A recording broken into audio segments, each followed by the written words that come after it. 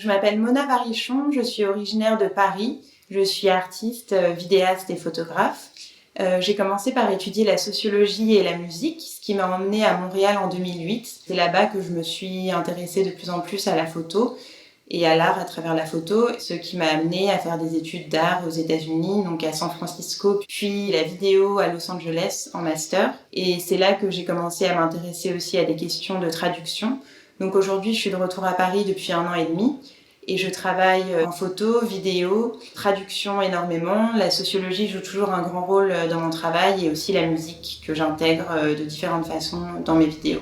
Et il y a les passages aussi sur cette petite qui rêve de musique et qui entend la musique dans sa tête. Trop bien, vraiment. Dans mes travaux vidéo récents, je m'intéresse aux questions de fragmentation, de traduction et de distance. Donc notamment dans une série de vidéos qui se base sur des conversations téléphoniques avec ma mère que j'ai enregistrées pendant 1 an, pendant que je vivais à Los Angeles et elle à Paris. Elle me parle de choses qui lui font penser à moi, donc que ce soit des livres, des films, des endroits qu'elle visite, ce qui crée une espèce de chronique de son quotidien. Et en creux, ça nous permet d'aborder des questions plus intimes. Et du coup, c'était qui te faisait penser à moi? Non, mais j'ai beaucoup pensé à toi par rapport à ton regard. Non, personne particulièrement, mais je veux dire, ta recherche.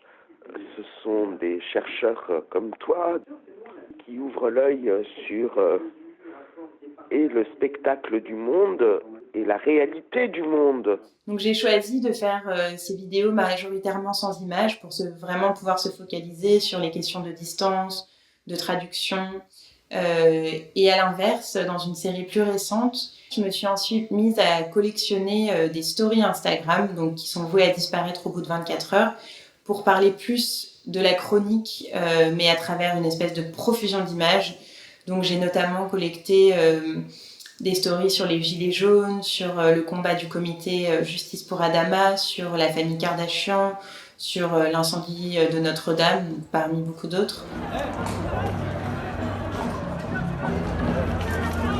À travers le montage, j'essaye de donner à voir cette réalité très fragmentée à travers les multiples points de vue qui se confrontent les uns aux autres. Ça crée une chronique à la fois de tous ces événements et aussi de notre incapacité à saisir toute cette profusion. Et puis parfois, tu filmes ça et à côté, il se passe quelque chose que tu as perdu, enfin, que tu n'as pas vu. Et donc, tu regardes l'image en pensant à ce qui manque. Finalement, à travers toutes ces approches, j'utilise la vidéo pour me réapproprier des outils sociologiques qui me permettent d'interroger le réel sur un plan à la fois sociétal et intime.